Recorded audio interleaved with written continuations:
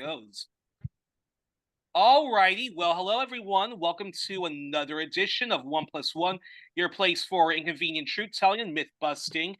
And on the show, we welcome our new guest, Jon Jeter, who types frequently for Black Agenda Reports, which is news, commentary, and analysis from a Black left perspective. And before that, he worked as a Washington Post correspondent reporter, and he's the author of two books, which I need to get for Christmas. Flat broke in the free markets, how globalization fleeced working people, and a new one called Class War in America, how the elites divide the nation by asking, are you a worker or are you white? So let's get started. First off, Jon, thanks so much for taking the time on a Saturday evening to come on this small show. And let me remind folks, please donate generously to 1+1, and please share widely 1+1's past and present episodes and playlists. And you can donate at PayPal. Thank you for having me, Yuri. Thank you so much. It's a real honor, Jon. And first question I have to ask is talk to us about the legacy of Glen Ford, the late, now former executive editor of Black Agenda Reports, and the also frequent contributor Bruce Dixon, and spend as much time as you want, and because I certainly won't rush you when it comes to talking about these about the Peter Tosh of journalism and the Donny Hathaway, Marvin Gaye of journalism. I know you had Margaret Kimberly on. I'm sure she could wax poetic about them in a way that I probably couldn't, but I have to admit that if I divide I turn, Lord willing, and the creek don't rise, I turned 60 in January, and if I kind of look at my life in phases, say in 20-year phases, Glen Ford, the founder and former executive editor of Black Agenda Report, and Bruce Dixon, the former managing editor, now both late. There's been nobody more influential on the last third of my life than those two gentlemen, heroes, icons. They really were. I've never, I would say, the first 20, 25 years, I was maybe more of a liberal, right, in the American sense, left-leaning, very Black. I've never been any kind of a sellout or someone who thought that Black was less than. I wasn't trying to emulate white people, but I was not as convinced of the role that Blacks and Africans have played in democratization and revolution and liberation of all people, right? And I would have to say that not just Glen and Bruce, but they were really influential in sort of elevating the discourse for me and helping me to understand the very central role, the very vital role, right, that the African diaspora, that the African voice has played both here in the United States and around the world in helping to serve the people, right? That's what it means to be African. And yet Glen was just, it was almost literally eye-opening to read him. I remember reading him for the first time, I think it was around 2006, and Cory Booker was running. He might have been running for mayor then. Mayor of Newark, yeah. Yeah, of Newark, New Jersey. And Cory Booker, of course, is a classic, what I would call a Negro neoliberal. He's one of the first, really, I think, one of the early ones anyway, to kind of invade that space that was occupied by radical Black political politicians, certainly in the 80s and the 90s. They started to disappear in the 90s. Cory Booker was the first one to invade that space, and he did so with a real bang. He was very celebrated, backed by Wall Street. There were documentaries made of him. And Glen Ford wrote, I remember this moment almost like it was yesterday. Glen Ford wrote a profile, which really detailed who Cory Booker was and where he came from and how he was almost a Frankenstein monster created by I can't remember, the Bradley Foundation in Milwaukee, very conservative foundation in Milwaukee.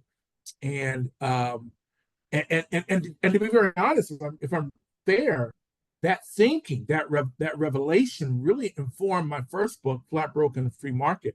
There's a chapter in there about neoliberal Negroes, which kind of anticipates Obama. It was right when Obama was published, right when Obama had been elected president, but it anticipates that class divide in the Black community, which we now see has grown, is wider than I've ever seen. It's always been there, but it's wider than I've ever seen in my almost 60 years on this earth.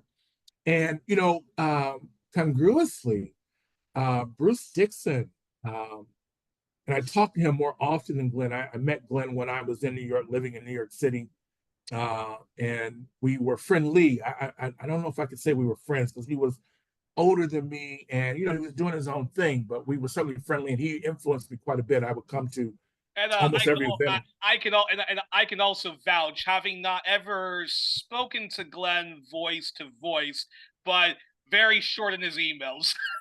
Yes. You can type a very long paragraph. Yeah. This and that, and then Glenn will be like, "Yeah, that sounds all right."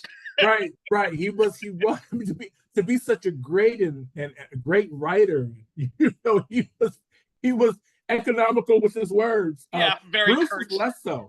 Bruce was a great storyteller and a really deep thinker. And it's funny, he passed. Since he's passed, I think about, we rarely argued. It was typically just him teaching me, right? So usually I just sat there and shut up, which is my one genius. I know when someone is giving me game and I just shut up and listen. But a few times we disagreed. We didn't argue because I would never have argued with him. He was clearly smarter than me, but we disagreed. And now I've come around to his point of view, and I almost wish he was here so I could say, "Dan, you were right, bro. My bad." But they were just, man, they were what it meant to be African in the Americas, and I really I miss them both, and I learned so much from them, and it humbles me to have been in their orbit. It really does. I know my hero was sadly passed away last December, late December, and that was John Pilger. And I remember being, and I remember, when I saw John Pilger's documentary about East Timor, I was always leaning towards the left, becoming more and more radical. But but the moment I saw Pilger's documentary about East Timor and all the other great documentaries he did, not least Apartheid Did Not Die, about post-apartheid right. South Africa, about how, racial apartheid on paper is gone, but economic apartheid is alive and well. And I always would joke to myself and to other people when they asked me, what did I want to do? I said I want to become, the Black John Pilger or the Black Matt Taibbi. Then when I discovered the work of Glenn and the Team Up Black Agenda Report, thanks to the Real News Network and some of Chris Hedges' interviews, I said to myself, "Damn, I really want to be like Black Agenda Report and be part of that team." So, yes, I'm still here. John, can you still hear me? Oh, hold on, folks. Oh no. Okay. I'm back. It froze up for a second, but I think I got what you said. I never met John Pilger. I was a huge fan of his work. I didn't discover him until I think right about the time I went to South Africa in 1999. But I just devoured everything of his I could. I was a huge fan of his, and I agree. He was a wonderful journalist. A wonderful journalist, a real hero, a real icon. Yeah, and all of them, of course, were very definitely were on the side of the people. They were on the side of the oppressed. They were on the side of the broad people power movements. And all I can say is long live not just their revolutionary spirit, but their compassionate spirit. And yes, so viva to all of them, and and may we continue to do the great work that they've given us to do.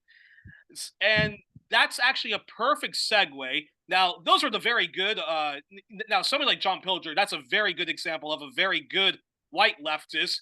So, segue into this, which is, what is your response to the constant complaints, white leftists, and it's mostly cisgender white male leftists, say that the problems of the left, the reason why the left fails to advance itself is because of identity politics. Because we, the Black, Latinx, the feminists of all colors, and the queer community of all colors, we're constantly propping up identity politics, and often, and the reason why I no longer subscribe to the point of view of it's either identity politics or class, the reason why I no longer subscribe to that point of view is because I just find too often those complaining about identity politics, and certainly folks like you and I, we reject superficial and nonsensical identity politics, but often when our white socialist Marxists bitch, whine, and moan about identity politics, it is often code for don't talk to me about white supremacy and settler colonialism. Don't Right. talk to me about the patriarchy, and don't you dare talk to me about heteronormativity, especially when it comes to trans people. So your response to that and how you overcome that? I'm not sure I've overcome it, but my book, Class War in America, How the Elites Divide the Nation by Asking, Are You a Worker or Are You White, is in part a response to that critique, right? And I don't know, I know of Chris Hedges. He was a foreign correspondent in Israel when I was in South Africa, and I knew people who knew him, and I read his stuff for years. I know others like Matt Taibbi and John Mearsheimer, who says that racism doesn't even exist in an institutional way in the United States. He says it doesn't even exist. Renowned political scientist at the University of Chicago. No, he really does. He says it doesn't exist in any real way, that it ended pretty much with the Voting Rights Act of 1965, or at least it took a few years, but since then, it's kind of unwound itself and doesn't really exist in any substantive way. These people have an investment in being white, right? And it's not that they're dumb. And I don't even know if you want to call them racist. I think racist is kind of a fungible term, but they are invested in being white. What do I mean by that, right? Theodore Allen wrote famously, the late Theodore Allen wrote in The Invention of Whiteness that there were no white people in 1619 when the first Europeans arrived here in the United States, what's now known as the United States. There were no white people. There were no white people, and there would not be for another 70 years, right? Whiteness was invented to be a kind of a scab, right? To divide and conquer the working class. And we can see that very clearly, certainly here in the United States. We can also see it, I think, in Africa, where you see things like the Hutus and the Tutsis were rival tribes in Rwanda for years, right? But it was colonialism that made it murders, right? It was colonialism that privileged one tribe over another, gave them a few more scraps of meat, a few more jobs, a little bit better benefits to turn them against, was it the Hutus were turned against the Tutsis, or the Tutsis against the Hutus? Can't remember which one was the privileged tribe. But if memory serves me well, Paul Kagame, who is the real butcher of Rwanda, the real genocidaire ethno-nationalist, was he a Tutsi? I believe so. I believe he was a Tutsi. I believe he was a Tutsi who was overthrown by mass who was overthrown by mass Hutus. That's why he was in Uganda and living in exile there. And basically, with help from the West and with help from Youri Museveni, who the West helped propped up when Milton Obote returned after the reign of terror of Idi Amin, who was also backed by the West, the US, Canada, and Britain. And he basically, for lack of a better word, he basically engaged in reverse racism. So there were some legitimate issues that had to be dealt with, but he weaponized that to his own advantage. And he's actually the real genocidaire of Rwanda. The evidence is overwhelmingly that he was the one that shut down the place. I don't think there's any question about that. Yeah, and he invaded. And on top of that, people always forget that he actually invaded the country of Rwanda. So he got these armed militias intimidating people and then Yeah, and then of course that leads to all of the all the tragedies and all of the misinformation about Rwanda, in which no, Paul Kagame was no hero. He was the real instigator. No, not at all. Not at all. Yeah. Oh, 1 second. Okay, I think my internet. Okay. Okay, I think we're back. yeah. Sorry about that. We're My back. internet's a bit Yeah, choppy. no. So I was just no, exactly. I'm just saying, that this tribalism has been encouraged to pit one tribe against the other and distract it from the ruling class, from the real oppressor. I'll give you one story. I think is a great story that I learned in researching my book. There was here in the United States, the turning point in terms of a worker-based movement was really the Scottsboro Boys case, Scottsboro, Alabama, the Scottsboro Boys, who were 9 Black teenagers who were arrested falsely for sexually assaulting 2 white women who were aboard. They were looking for work, tramping, as we would call it, tramps on a train looking for work. These 2 young white women were sex workers who were also looking for work, which is kind of ironic. And they were arrested after they had a tussle with a gaggle of young teenage white boys, white teenagers. And the black boys won through the young men off the train. No one was hurt. In fact, the black teenagers actually saved one kid who was about to fall off the train in an awkward way, and they actually saved him. So they weren't trying to hurt them; they were just defending themselves. They were under attack. The next train stop near Scottsboro, Alabama, they were arrested, and the police asked these 2 young white women if they had been raped, and they were actually, one of them was on probation, so she realized if she was arrested again, she would be in real trouble. So she said, "Oh, yeah, they raped us," and they told this fantastical tale of being raped, gang raped by these 9 Black men that sounded, similar to the Austin Powers movie where they do the exposition. First I'm going to, and then I'm going to, just ridiculous stories. In any event, the NAACP at the time, the National Association for the Advancement of Colored People, didn't want anything to do with these young Black men, right? They were afraid they might be guilty, and they would not take the case. They wanted nothing to do with it. They said so publicly because their donors were white liberals, many of them Jewish, and the Black bourgeoisie, and they didn't want anything to do with 9 potential Black rapists. So who comes to the rescue? The Communist Party, the International Communist Party, which is they're trying to get a beachhead in the United States, which is the stronghold of capitalism, right? And their pamphlets and their lectures just weren't having an effect. So they were looking for a story to tell. And the Scottsboro Boys came in their lap and they said, "Oh, this is what we were looking for," right? And they basically stormed Scottsboro, Alabama with their people. They all of these activists, communist activists, Jewish activists come in. They talk to many of the Blacks, and they kind of activate this Black leftist energy, right? One of the things they do is they send the mothers of the Scottsboro Boys all across the world to raise funds, all across America and all across the world. They go to Europe. One of them, in particular, named Ada Wright, has a high school education. She's a maid, and people just fall in love with her. She is so dynamic, right? Because she's so honest and authentic. She says things like, "I don't know a communist from a cowbell, but I know they're helping me free my sons," right? She had 2 boys who were locked up, who were Scottsboro Boys. And she's so dynamic. She goes to Europe, all over Europe. People are handing their babies, white people obviously handing their babies to her to kiss. And she's so dynamic that at one point FDR says, "I want to know everywhere she is in the world. And I want to know what she said," right? That's how dynamic she is. And she's really helping to build this international workers movement. One of the communists who was instrumental in the Scottsboro Boys, they were all ultimately either freed or exonerated. It took years. But it began this movement, which intersected with other movements, particularly the labor movement.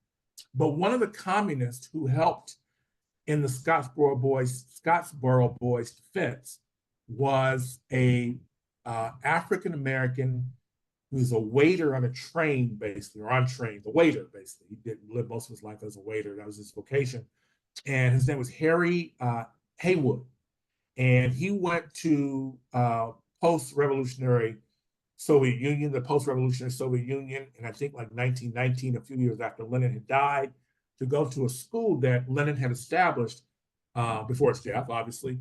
I can't remember the name of the Moscow University of the Toilers or something like that. And there he went, and he learned a Russian, and he learned revolutionary theory. And he went back years later to help foment this rebellion that became the Scottsboro Boys, which morphed into the civil rights movement, labor organizing, the New Deal, modernizing the state.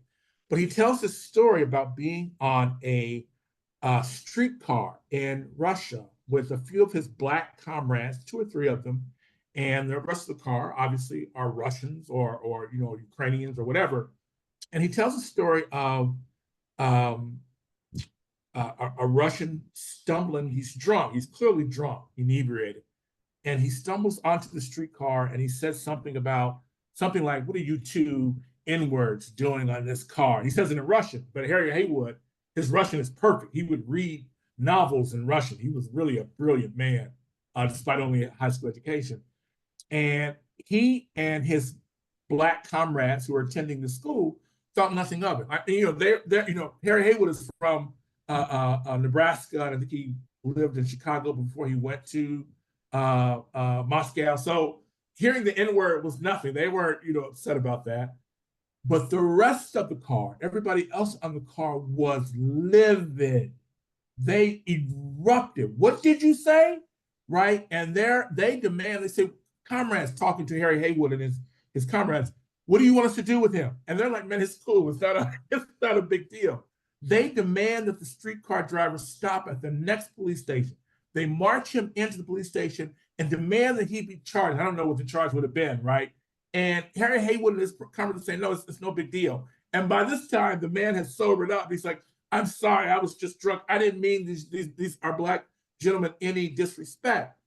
Harry Haywood goes on to talk about, and he says this, afterwards in speeches in the United States, that part of the Bolshevik Revolution was uniting what at the time was called Russia, pre-revolutionary Russia, the Tsarist Russia, was known as the prison house of nations. There were hundreds of ethnicities that the czars pitted against each other, particularly the Jews. The Jews were, sort of persona non grata, public enemy number one. And so they were used to pitting them against each other so that they would distract from the capitalist schemes. They were robbing people, really, to pay debts, to do the things that the rich and the ruling class typically does. And so part of the Bolshevik Revolution, part of what Lenin saw, who was really a brilliant man, what he saw was that to unite the Soviet Union didn't mean that you had a melting pot where you sort of disappeared people's culture.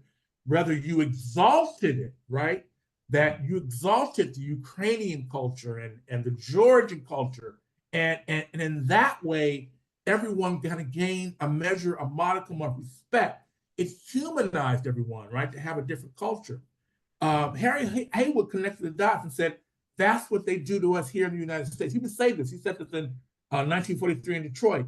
He said in Tsarist Russia, they would blame the Jews for, killing children and things like this, right? He says the same thing here, right? They pathologize one group so that you're so distracted and worried about that group, you're not even paying attention to the people who are your real oppressors, the people who are dipping into your back pocket and oppressing you, right? So I say all that to say that if the white leftists, such as they are here in the United States, who complain about cancel culture, who complain about identity politics, if they will stop to study, and perhaps many of them are, I suspect that some of them are very cynical in their critique of identity politics, if they will stop to understand who created identity politics, why they created it, right, and what purpose it served, they would come to understand that, I'm no big fan of identity politics, right? I think I wouldn't piss on Obama if he was on fire. Maybe I would. I'm not sure, but I think you get the point. But someone created Obama. Obama did not just wake up one day and say, I'm gonna be a mouthpiece for the white settler, and I'm gonna get everything I want personally. He didn't think of that on his own. Someone told him that, right? In fact, many people told him that. And I write about this at length in the book. There was a turning point in American politics, particularly in the 1980s with Ronald Reagan. And Ronald Reagan's raison d'etre was to break up this New Deal coalition, this coalition that formed at the height or the nadir of the Great Depression. And it was tenuous, right? Racism has always existed in the United States, or at least certainly since after about 100 years after the genocide of the Native Americans. But there was a coalition that was moving the country forward. It was blacks and it was whites. And again, there were lots of trouble. There was lots of racism, but they managed to work together enough to move the country forward. That's what Ronald Reagan was opposed to, because in order to redistribute wealth from the poor, from the working class to the rich, he had to break up that coalition, because by the 1970s, by 1973, the working class, workers' wages accounted for almost 52% of GDP in the United States. Now it's about 42%. That is the difference between, and I talk about this in the book, that's the difference between racial capitalism, right, which is basically creating a super exploited class from which everyone derives some benefit, right? But it still is capitalism, right?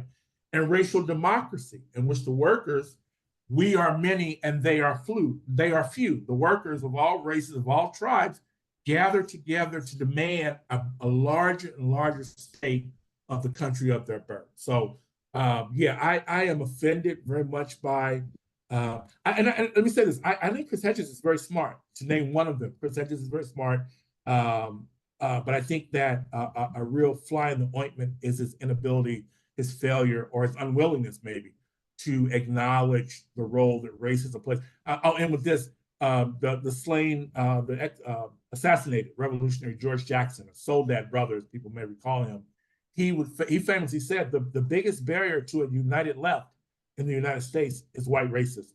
And that remains true today. It is white racism is the biggest barrier. If we ever come together, and I do feel that there's a potential right now at this moment in time, mostly because of what's happening in Gaza and live stream genocide. I do feel, I can't predict this, you can't predict it, but I do believe that there's an opportunity for the tribes to reconnect, almost similar to what they did in post-revolutionary Russia in the Soviet Union, to reconnect, to move forward together. The events that are going on in Gaza can galvanize people, and that movement can intersect with police brutality, climate control. We see it already intersecting with the destruction of these cop cities all across the United States, and they can intersect in a way that can build a larger movement. I can't predict that will happen, but I do see the seeds of that movement, and American Spring. I do see the seeds of that movement happening, despite the lectures, the scolding from the Chris Hedges and the rest. But then I have to ask then this follow-up question, which is talk more about your response to Chris Hedges, who complains a lot about identity politics, and Norman Finkelstein, and actually talk about that open letter that you actually typed to Hedges, which Margaret Kimberly published at Black Agenda Report.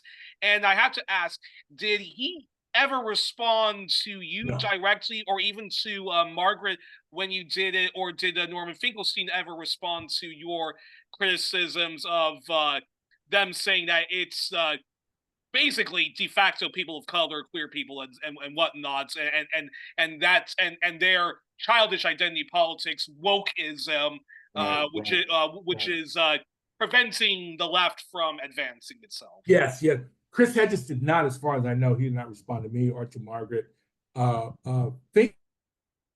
Finkelstein did respond to me of emails, which I have to say, and I wrote this in the piece when I critiqued his book, which is an attack on wokeness as sort of a major problem in the United States, which I just find, I respect him. I wrote this in the piece. I really respect him. He really sort of was an epiphany for me in terms of describing what's happening on the ground in Israel's occupation. And it's so funny, I was just listening to him a few hours ago, and when he's talking about the Israeli occupation, I learned things from him. I really respect his his opinion, his championing of the Palestinian people, his opposition to the Israeli occupation. I have deep respect for him as a scholar on those issues. But you know, his book, and I would not recommend anyone read it. You can't unread it if you ever do. It is laughable, right? It is so silly, so poorly written, so it's like a racist screed, and you wonder, like, it can almost be written by who's the guy who is his antithesis at Harvard? You mean Alan Dershowitz? Yeah, it could. Alan Dershowitz could have written this book, right? It was that silly. It was that. Wow. It was juvenile, right? And so we did have a series of exchanges. I don't really want to. Yeah, I think he would be open to ridicule if I ever published it, right? Maybe I could ask him. You know, I mean, he might not mind. I don't think he really saw the problem, but it was so. Each one just got worse and worse, right? You know, and it seemed so obvious.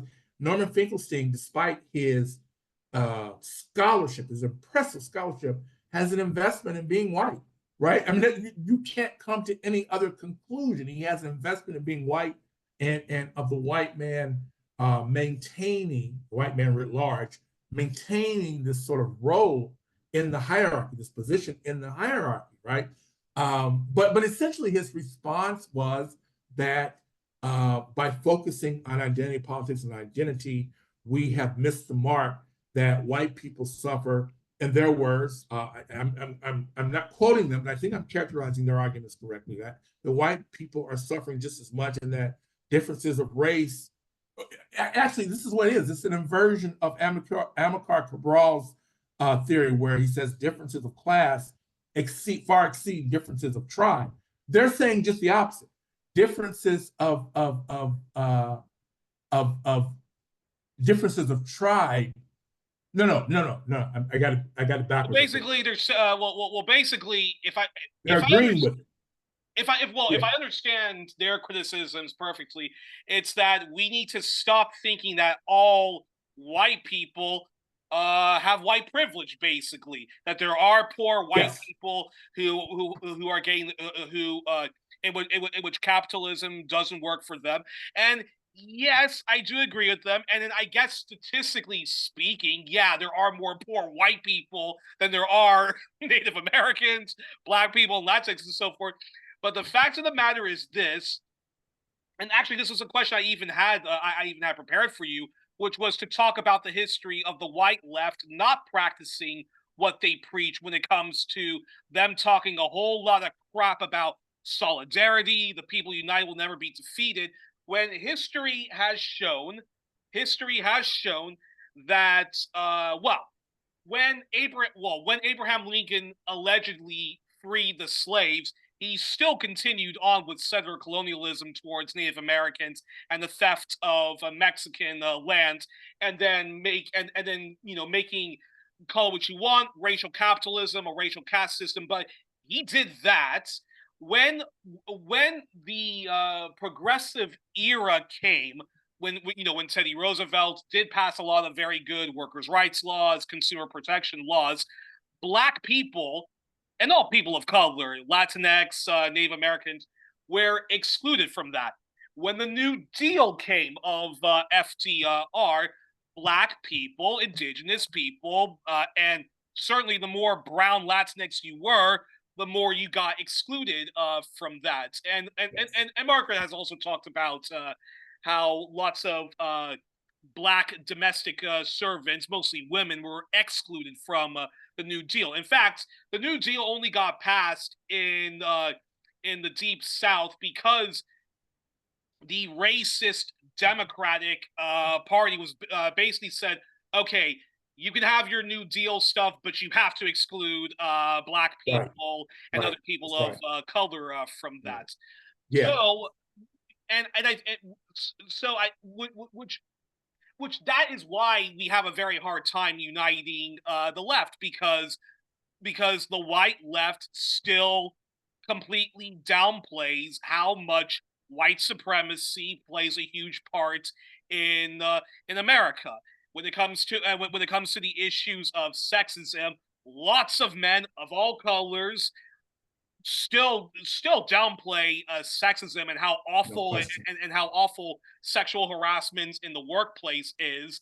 And then, of course, when it comes to queer, and then of course when it comes to queer liberation, when it comes to heteronormativity, I mean, it goes on and on and on, which is why which is why I just get very offended and I just get very bored hearing white socialists, white Marxists complain nonstop about identity politics when it's like, okay, well, if you guys want to stop identity politics, stop the ultimate, most destructive identity politics, which is white supremacy, Question. heteronormativity, and the Yes. patriarchy. No question. So I'm curious your No, response to that. no, that's exactly right. I write about, one of the great scholars in American history, unknown by most people, is a guy named Phil Foner, the late Phil Foner, who is the uncle of the his more celebrated nephew, Eric Foner. But he's Yes. also, Phil Foner was a communist and just a wonderful scholar. He's far better, far more useful than Eric Foner, his nephew. But he wrote about just one incident really sums it up. I think it was 1897. It was a cotton gin, I think, textile factory in Georgia. And the owner wanted to hire some blacks to do something like bundling the cotton after it was manufactured or tweaked or whatever. So I hired them in far less than they paid the whites. There are far fewer, like 20, and it's like a factory of 200, something like that. I have the numbers wrong, but something like that. And the white employees they erupted, right? They just weren't going to have it. So the factory owner said, okay, well, you have to do their work though. You got to do it for free, and then I won't hire them. And they did it, right? It's like, but this is like the best, like such a great example of how racist, like we have this expression here in the United States, at least the young people do. You played yourself, right? That's what white people do over and over again. And it's not really white people, it's a white identity. James Baldwin said famously, as long as you believe you are white, there is no hope for you. And history bears that out. So just to be succinct about it, slavery ends allegedly 1863. The Reconstruction effort begins. You have basically the white Confederates arguing, bickering with the carpetbaggers and the federal troops about things like loyalty oaths. Like, do you have to take a loyalty oath? Do you not? Taxes and all these kinds of things. But the black people wanted, more than anything, they wanted public schools. White people did too, but black people really, the free slaves really understood education as the ticket, right? So education has always played a huge role in the working classes' emancipation here in the United States. And so basically, state by state, it came down to the freed slaves, the freedmen, particularly because, of course, only men were allowed to vote than black men. They told basically the Northerners, the Union troops, man, we don't care anything about no loyalty oath. We don't, no, forget that. We don't care anything about that. We want schools, right? And these schools came about because of the leadership of if there was a sine qua non of public schools, public education in the United States, it was the freed slaves, right? And they brought this about, and it's because the white Confederates listened to the blacks, or at least enough where they could move forward. The same thing happened during the depths of the Great Depression on the Scottsboro Boys, but that intersected with labor organizing. From the end of the Knights of Labor, which kind of came to a crashing halt around the 1890s up until the early 30s, the unions were segregated, blacks and whites. So what happened was, if the white union went on strike, the employer would just hire the black union for slightly less money, right? But the black union, they wanted to work, so they would gladly take it. But they were always telling the whites, look, man, if we could unionize together, we won't have this problem. We'll all eat. This is the black, from the moment that the slaves were free, they were telling the white labor unionists this message. They were sending this message. If we work together, if we all are in the same union, they can't pit us against each other. The whites, of course, after the Knights of Labor, the Knights of Labor were sort of sympathetic to this argument, which is why there was such a big move to disband the Knights of Labor. But up until 1931, 1932, really, the white unions didn't listen to this. San Francisco, 1934, that's when it was. San Francisco has a general strike. The dock workers are leading it. And the unions, up until 1934, the ship owners had always broken the strike by, if the white dock workers went on strike, they just hired the blacks. They pay them, a dime less a day or an hour. I don't know what it was, but a little bit less. And they would break the strike, so they would never win. An Australian, a wobbly labor unionist named Harry Bridges, broke off from the traditional labor union, which was, I think it was the AFL, but broke off from the traditional labor union, which was in bed with the ship owners. And he went to every Black church in the Bay Area in 1934. And he said, if you respect the picket line, right, we're on strike. And if you respect the picket line, if you don't break the strike, I promise you that we will win the strike. And when this strike is over, you will be in our union and we will work together. You will have every right that I have, right? And he said this, he told this message in every black pulpit in the San Francisco Bay Area. And the blacks who had no reason to believe it, right? They had been lied to and betrayed so many times, but they went along with this and they broke that strike, and that became the organizing template for basically the modernization, the New Deal, and the next 40 years. That became the template for labor organizing in the United States, which is the primary reason we saw the creation of what remains to this day the seminal miracle of the industrial era, which is the American middle class, right? This working class that had so much buying power, that accumulated so much wealth, right? Because of this template that was created by Black and white dock workers working together. All the unions then started to, the CIO, the Congress of Industrial Organizations, was created in 1935, which broke away from the AFL's template of segregated unions. They organized everybody, including most prominently United Auto Workers, which my father was a member of. And it revolutionized the country, right? It was no utopia. There was still racism, clearly, and that racism actually, after the war ended, World War II, that racism almost kind of returned. So there was the United States was operating on two tracks. One where white and Black workers worked together, but the other where the top labor leaders, particularly in the UAW, United Auto Workers, were trying to appeal to the white base by excluding Black workers. So that by 1961, my father went to go work for a Chrysler plant in Indianapolis, Indiana, in the Midwest in the United States in 1965. By which time the UAW had negotiated a secret pact with the UAW to not hire Blacks for supervisory positions or skilled trades positions. My father, my late father, was the first skilled tradesman at Indianapolis Chrysler. And it took him years to do that, but they were blocking him out. In fact, you would take a test, you would take courses, and then you would take a test. Whoever got the highest on the test would be promoted. My father did that and got passed over. He kept at it. My only point is that it is this collaboration between the tribes, between the races. It's the only thing. Racial collaboration, at least here in the United States, but I think in a lot of other places too, racial collaboration is to the ruling class what kryptonite is to Superman. That's why they hate it, right? Because it's the one thing, it's not that you win every fight, but it's the one thing that can defeat the ruling class, the oligarchs, right? They're organized. So when we become organized, it's very hard for them to beat. And this is the last story I'll tell about that too. In, I think it was 1894 in New Orleans, there was another dock worker strike, right?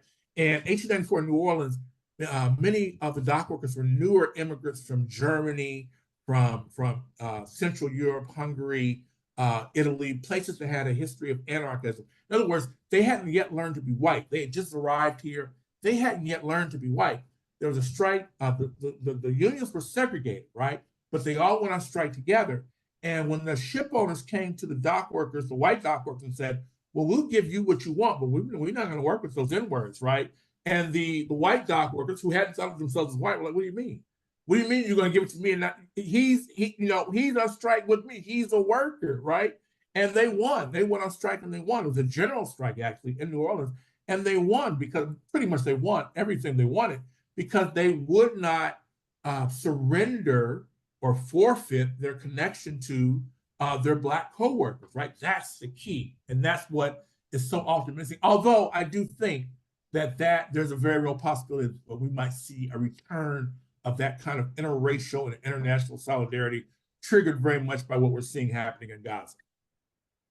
But I think that sadly says a lot about the white left that you only had the Communist Party of the United States. I know Trotskyists. We're not supposed to like the Communist Party of the USA because they're Stalinists and all that stuff. But that says a lot, though. Again, that says a lot that it was only the Communist Party of the U.S. and the IWW, at least in theory, internationally, a mostly social anarchist organization, where they really did believe in all working class people of all languages, of all skin colors, uniting, and but in that said, talk to us about. I haven't gotten a chance to read the article, but you told me that John Mearsheimer, who is this left-leaning, anti-imperialist academic, who's no fan of Israel, often criticizes NATO and what the U.S. Did in Ukraine that led to the tragic cluster F of the situation of the Russian invasion. But you said that Mearsheimer really does think that institutional racism is not a problem. I was floored when I heard this. It was about a month ago. He was on a podcast, and I listen to him a lot. I listen to Jon Mearsheimer. I do think he's very smart. He has taught me quite a bit. He's very good on understanding or on describing the United States relationship with Israel, describing the proxy war in Ukraine against Russia, and he's good on a lot of issues. But I've always found him, and I might not have articulated this before I heard this interview, but I've always found him a little bit unsatisfying, as if he doesn't sort of grasp the problem at the root. And so I was listening to this podcast about a month ago, I think, maybe a little bit more than that, that I heard him on a podcast, and he says, almost as an aside, he's talking about immigration. He's talking about how immigration will be a huge advantage for the United States, particularly in its rivalry with China, because China doesn't have immigrants who are coming to restore the country the way that we have here, we potentially have here in the United States.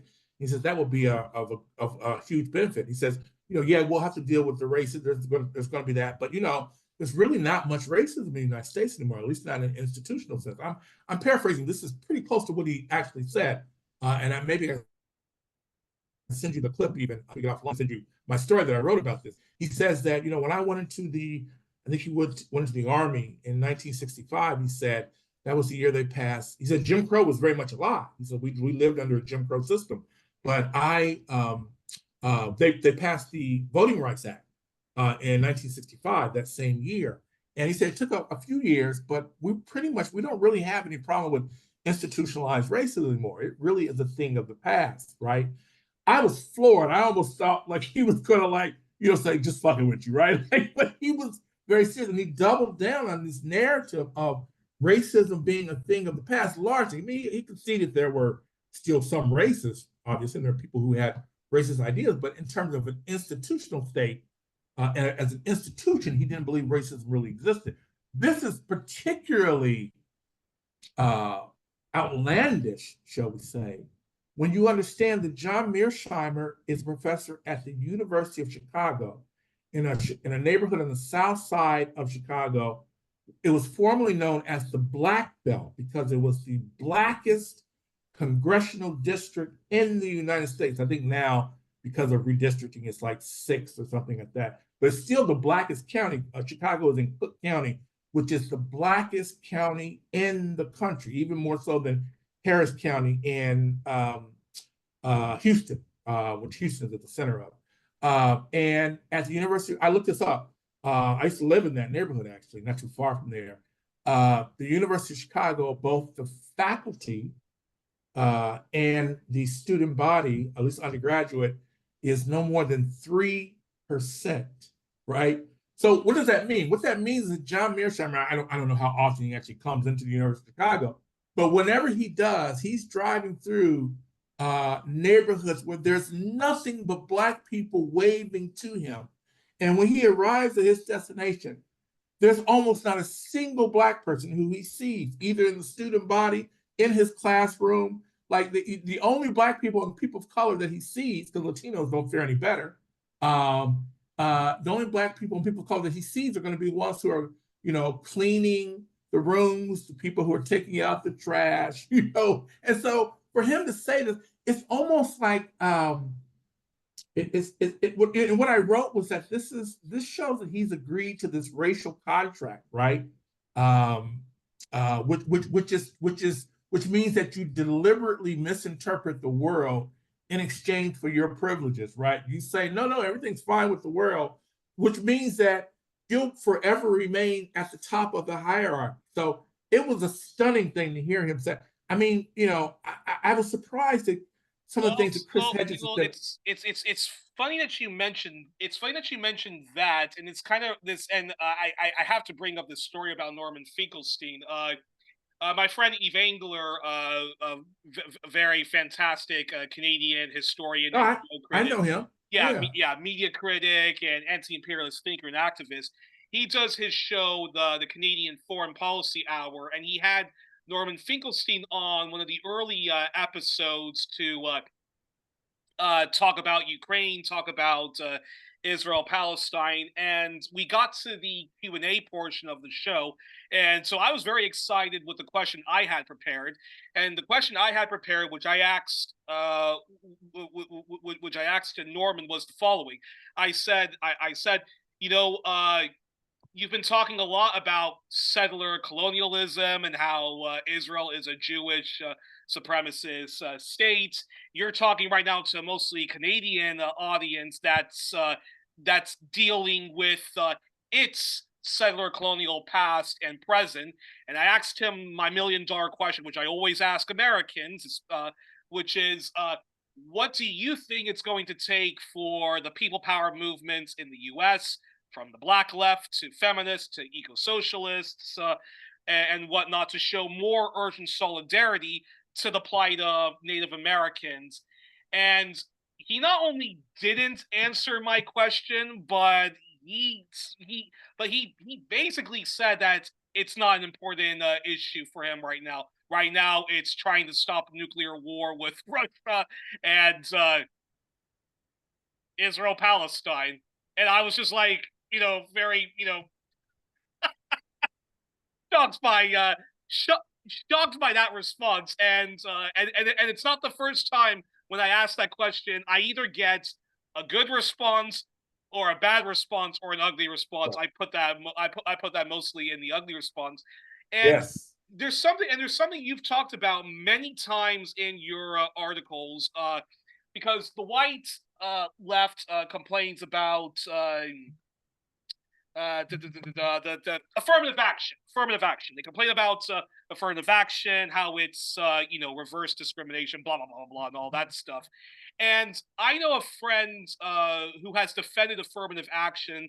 She benefited from affirmative action, and she said because of the unique racism of America on white people and other people who feel they're being cheated because blacks get special treatment and stuff like that. She said that it was a group of like Chinese Americans that got affirmative action repealed.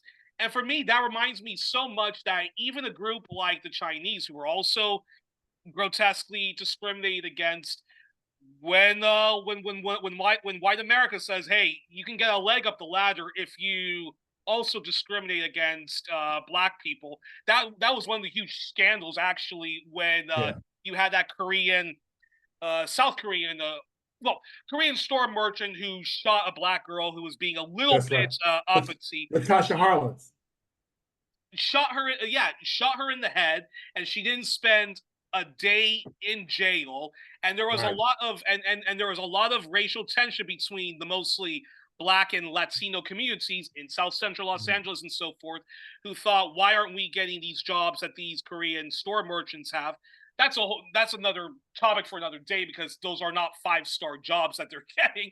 But again, the moment a Korean immigrant who themselves face anti-Korean, anti-Asian hostilities, the moment they participate in the bullying of Black people, they're they're almost like acceptable white people.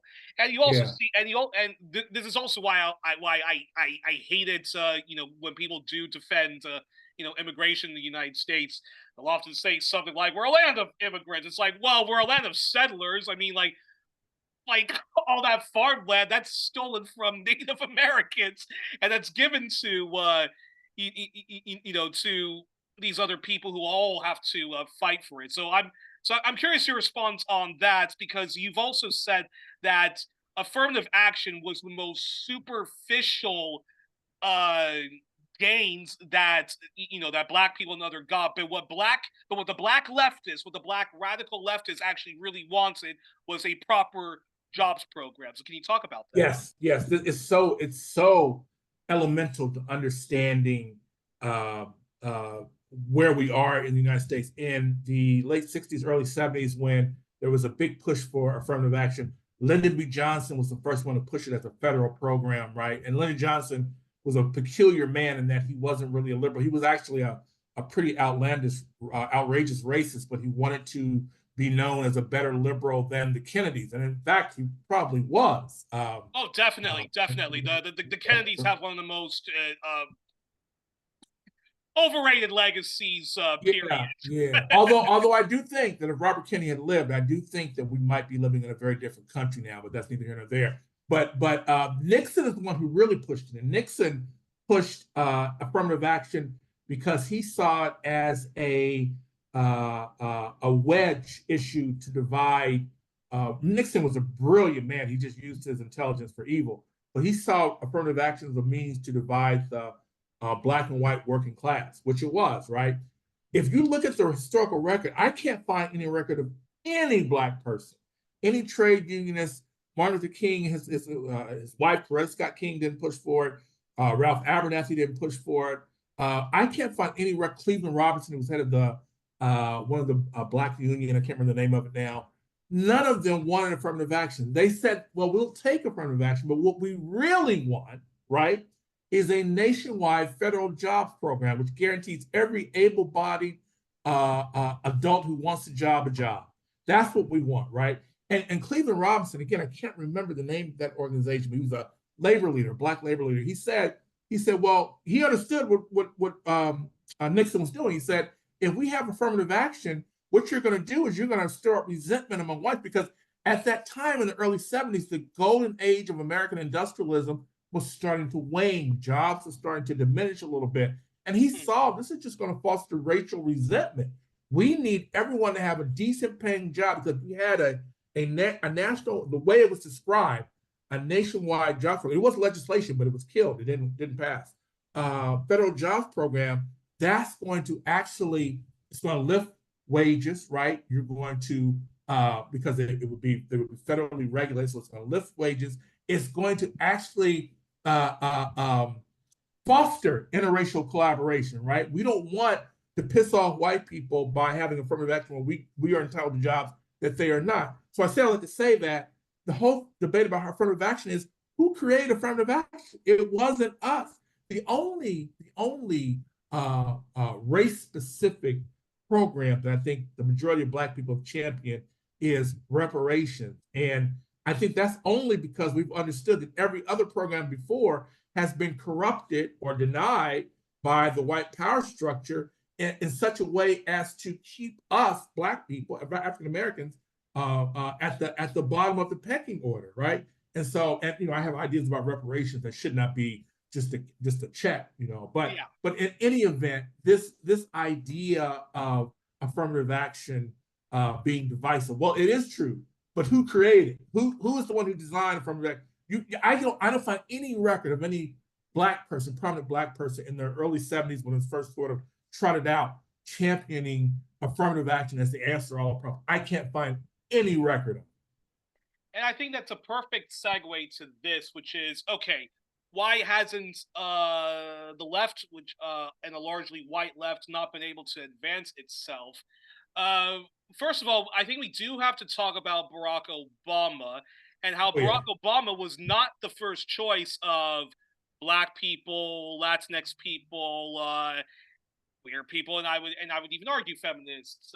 Although, it, yeah, but but this is how but Barack Obama was almost groomed for the job because he was, as I've often said, a boring, uninspiring, centrist windbag. In other words, the perfect man to run for the Democratic Party. The Democratic Party has always pushed aside its most its most left-ish and liberal in the good sense of the word. The Democratic Always. Party has always pushed aside its most leftists. I mean, FDR was sort of forced to have Truman as his was sort of forced to have Truman as his running mate, and then Right, to discard Henry Wallace, who was much more progressive. Yeah. yeah, and then Jimmy Carter, although nowadays he has a much better reputation what he's done outside of office, but he was very much a Dixiecrat and was very much of the right Oh, he was. right centrist stuff. Even Bill Clinton, and then somebody like a Barack Obama. That was the Democratic establishment of mostly white liberals and people who superficially believe in noblesse oblige. That's their choice, of candidates. And Glen Ford has often said that Black people often are the most socially progressive and economically leftist parts of the United States. But when it comes to election time and their choices are the white man's party of the Republican Party and the white liberals, they will often hold their nose and say, we need a Bill Clinton in office because he is going to be the best. He's going to be our best chance to defeat against a very reactionary Republican Party. And Barack Obama was the same thing. It was mostly white liberals, white institutions that wanted Barack Obama, even chose Barack Obama over Hillary Clinton. Black people, Black Democrats only started to be very supportive of Obama when he was winning, several primaries against Hillary Clinton, and the powers to be were all coalescing around Obama, and then they decided, okay, we can give Obama a chance. I'm curious your response to that. Yeah. Can I take a 2-minute break? My computer is dying. Actually, I just need to plug it in. Is that okay? Sure. Yeah, okay. Yeah. All right. Go ahead. I'm gonna take this upstairs. No problem.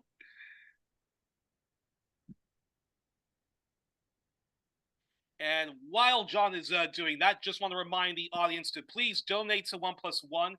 You can now donate via PayPal. We are going to start a Patreon soon so that people can donate monthly, however much or little they want. And yes, and remember, folks, to always keep sharing. Please share our past episodes, share our new episodes. Otherwise, the channel doesn't grow, and we have to beat the algorithms. Almost there, John?